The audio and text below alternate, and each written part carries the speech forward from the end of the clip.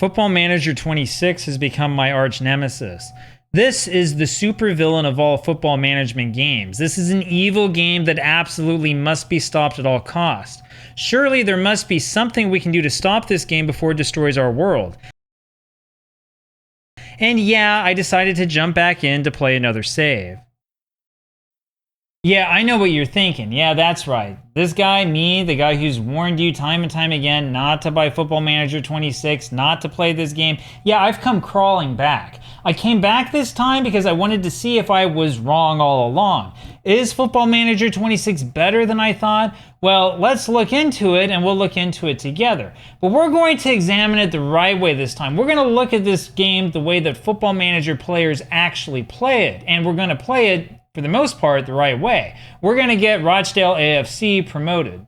You remember Rochdale AFC, of course. They were big news a few weeks back after a dramatic loss to York City at home. Rochdale figured out a way to blow it by giving up an equalizer in the 103rd minute or some nonsense like that. This really was a match for the ages, and it sets up the perfect Football Manager story. And I swear to you, that final goal did not go in. I've watched the video highlights time and time again. I guess that's football for you. Now, never mind the fact that Rochdale did make it in through the playoffs in real life like a couple weeks ago. There still is that sting that comes with not winning the league outright, doing it the right way. Anyway, Rochdale's adventures in the Football League go back to 1921, when the club was allowed to be admitted to the then new 3rd Division. Rochdale played poorly that year and had to seek re-election at the end of the season. Liverpool won it all that year, and that was one of those rare years where Manchester United was relegated. And Rochdale followed that up with decade after decade of frustrating and poor performances. In fact, the thing that made that draw with York City so bittersweet was the fact that Rochdale had been relegated to the National League in 2023 after, get this, 102 years in the Football League. And of course, that meant potential financial ruin for the club. The thing that foolish Americans like me tend not to understand is that the financial trouble that clubs like Rochdale get in after being relegated. I mean, this is something that could put you out of business. I mean, these finances look okay, but the projections look horrible. We have to win now. And of course, my boss demanded that we at least reach the playoffs. No pressure, right? Playoffs? Don't talk about playoffs? You're kidding me, right? Playoffs? I just hope that we can win a game. Playoffs? Now, you guys already know that the user interface in Football Manager 26 is an absolute mess. That hasn't really changed all that much, despite the many updates Sports Interactive has made.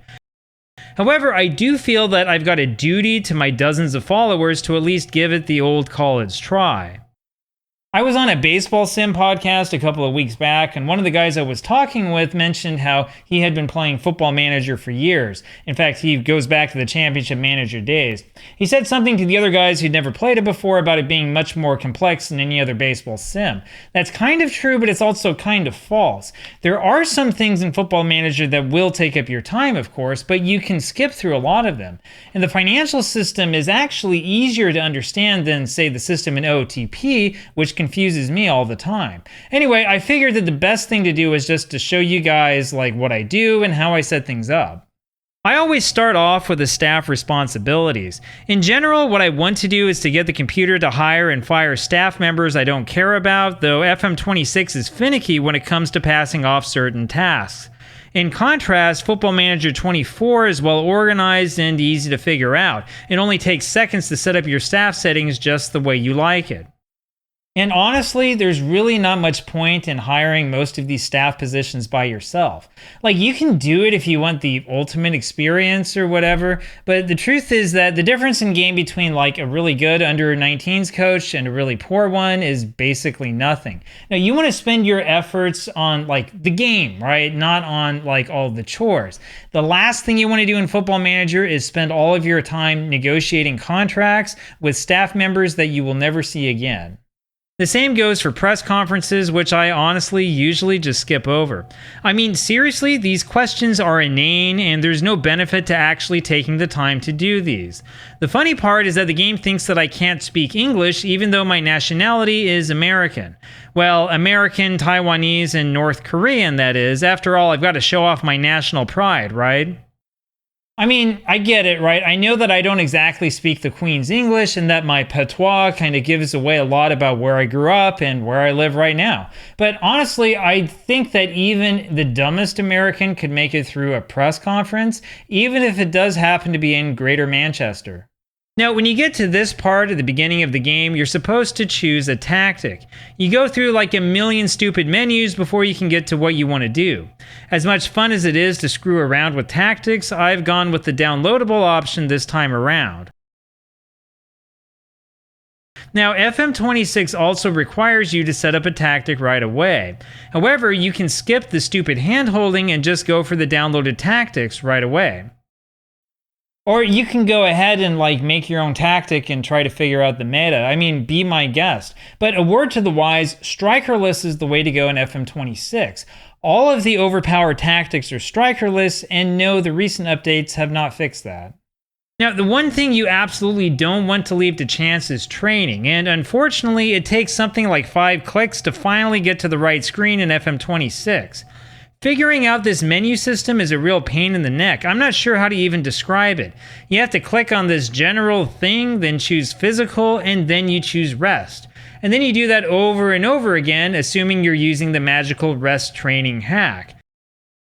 In contrast, it takes a few seconds in FM24 to get the schedule up and saved. And it only takes a minute or two to set up an entire season's worth of magical rest training.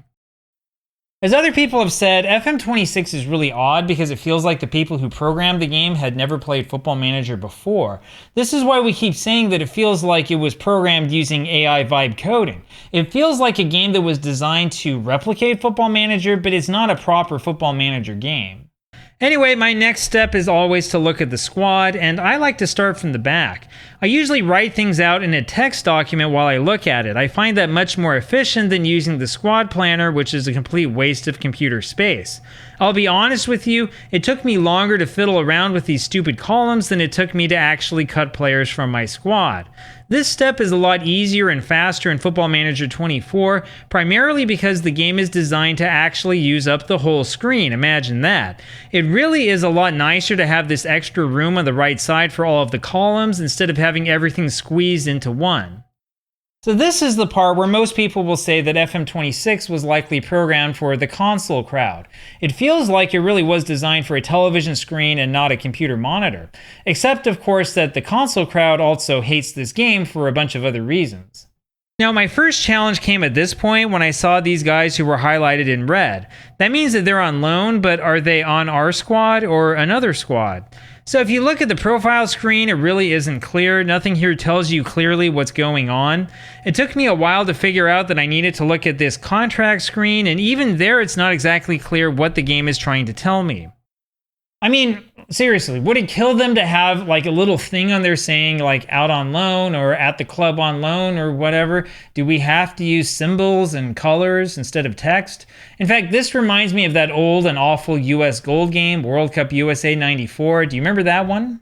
That would be this game, and I feel bad for you if you ever played this as a kid. The gameplay is like a really horrible version of Sensible Soccer. Seriously, don't play this. The game technically can speak 8 different languages, but it chooses not to.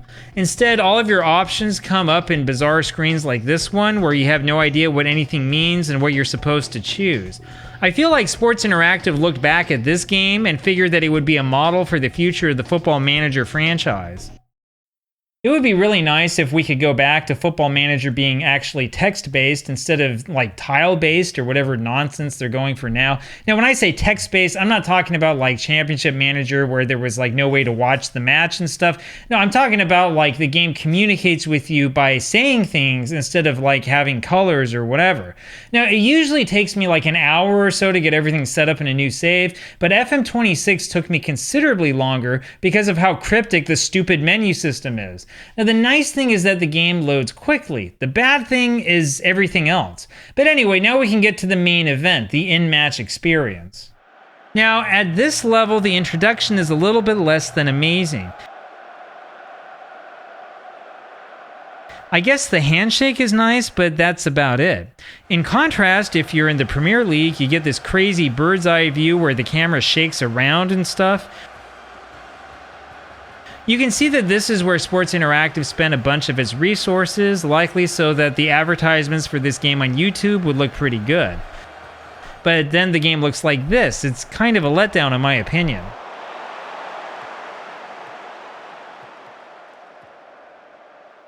Now, I know full well that there are all sorts of mods and hacks out there to let you see the game from pretty much any angle that you want in the stadium. And honestly, all of that is fine, but I'm talking about the base game here, not a modified version. Plus, in the past, the mods in FM26 would cause my game to crash at random, so until Sports Interactive figures out how to make its flagship game stable again, I'm going to stay away from any mods. Thank you very much. Anyway, the in-match experience here is pretty good if you can ignore all the times that your players slip and slide around like they're on ice. I was a bit more impressed with the in-match graphics this time around, though I still felt that it was kind of underwhelming given all the hype.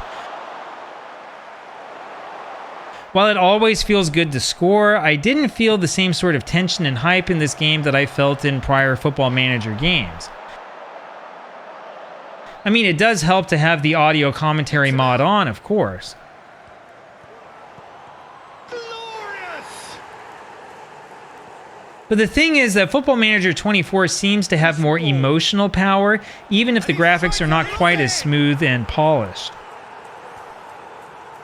But you still do get players slipping and sliding all around the place. In fact, one of the reasons why many of us tend to prefer the older classic 2D graphics mode, you know, the one that disappeared after Football Manager 2017, that one, it's because in that mode you don't see players slipping and sliding around. Sports Interactive still has a long way to go before it gets the graphics right. Now, the other problem with the FM26 in-match experience is that it takes forever to finish a game, and I'm not exaggerating.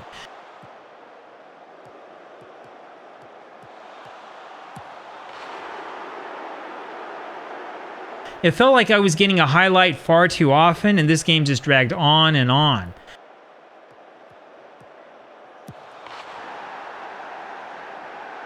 After a bit of searching, I discovered that the key was to turn off the stupid dynamic mode, but even then it took over 25 minutes just to play our first match. That's unacceptable. So you're probably wondering why in the world I make such a big deal out of spending a measly 26 minutes in a single Football Manager match. Well, the reason why is because you're going to play dozens of matches per season. If it's going to take you that long to play one match, you might as well just skip through all of them, right? And since I wanted to get this video out before my beard turned gray, I decided to do just that. It took me a little while to figure out where to go, but I did eventually figure out how to go on holiday. You have to go to career, then your manager, and then on holiday. And believe it or not, the holiday mode in Football Manager 26 is really the best part of the game. I went all the way to December 1st in the space of about 10 minutes real time, which is much faster than any earlier Football Manager game. So, I mean, what's the point of playing this if you're going to go on holiday? Well, I'm going to tell you a little secret. Almost all of the FM YouTubers go on holiday throughout most of their saves. That's the way that they finish full saves up in 4 days or however long it takes. You just set it up the way you like it, you record yourself setting it up, you talk when you record that part, then you have the computer play all the games automatically, you go to the next season and you talk your way through the middle of it. And then you go laugh your way all the way to the bank. You know, maybe I should be doing that instead of doing all this work. Now, you can go back and watch highlights from the matches you skipped, though it takes a while to figure out how to do that. The game spoils the score for you, and you can tell that it's replaying highlights because of the timeline and the scoreboard, but it still works. Actually, I found this mode to be extremely good and a vast improvement over the same mode in Football Manager 24. Seriously, it's kind of fun to watch the game like this, and you could easily use some creative camera work to make this look really nice. But that's the great irony of FM26, right? I mean, the best way to play this game, the way that will make you most happy, is to not play it at all. And I'm not even joking about that. The best way to play this is on holiday mode. It's like the game was created for holiday mode. You play it on holiday mode, then you go back, you find the highlights that you need for your YouTube video. They look beautiful when you're looking at them after the fact, and there you have everything that you need. You see, the problem with playing this game the right way is that it's lacking in the emotional connection that made the earlier games in the series so great. The form of Football Manager is there, sure, but the heart isn't. I know that this sounds like, fairy dust talk and stuff like that. It sounds like I've turned into a psychology channel. Next thing you know, I'm going to be a guest star on like Dr. Anna or something like that. But it really is true. FM26 is so compartmentalized that it's really, really difficult to get really immersed in the detail of the game. So you might as well just skip over the whole thing and just go back and get the highlights. Now, the absolute best part of Football Manager is youth intake, and Football Manager 26 still has those nice touches like the youth intake preview email that comes every December. The youth intake itself doesn't come until March 31st, and the screen was honestly kind of a disappointment. You can't see much information about the players on the main screen, and you can't add in like new columns or anything like that. The screen in Football Manager 24 is similar and also frustrating, but at least it's formatted right.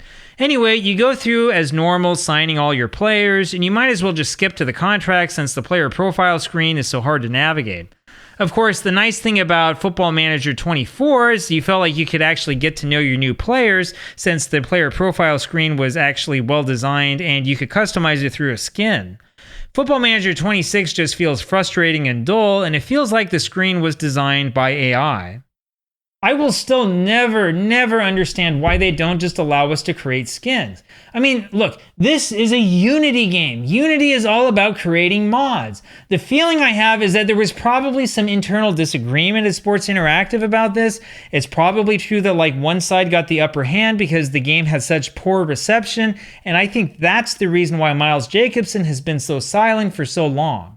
Anyway, after holidaying through most of the season, we found ourselves on the verge of promotion. Now, one of you is going to have to explain this to me. Why is the other team applauding us like this? I know that we're one win away from clinching the league, but this just feels awkward. Anyway, the first goal came pretty early and we were on a roll.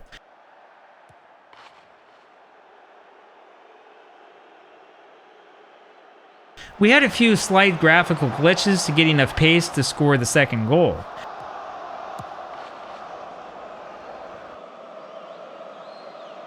And a third came about 15 minutes before the end, and I guess he was onside.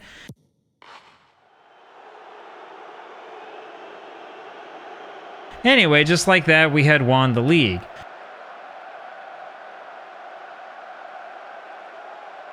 I seriously feel like Sports Interactive spent most of its time and money on these cutscenes and not on the parts of the game that people actually want to play with. Even still, this is still basically the same concept as what you get with Football Manager 24. And by the way, my apologies for not having any clips of like winning something in Football Manager 24. You see, it's been a while since I was last successful at that game. Now, yeah, I did get New York City FC promoted in my last save, and you should go check that video out if you haven't yet. But for some reason, the game decided that I didn't need to see the celebration for whatever stupid reason. Anyway, everything else in this game is basically the same as earlier versions, except somehow more frustrating. My scouts apparently decided that I wanted to go after players in their late 20s for some strange reason. You've got this squad planner, which is one of the worst innovations I've ever seen in a sports sim. This thing is awful. It needs to be removed. I got this email telling me that we received new staff positions, but I honestly have no idea where the new slot was. It shows me nothing here. And really, the only thing left to show are the contract negotiations, where the press kindly reminds you that some player you don't remember very well is going to jump to another club if you don't give him a new contract soon. Now, it's not an awful feature, of course, and it's been there for a while. It's just that I wish that Football Manager 26 would, give me a reason to actually care about my squad. The game seems to be designed to get you to just skip through everything as quickly as you possibly can.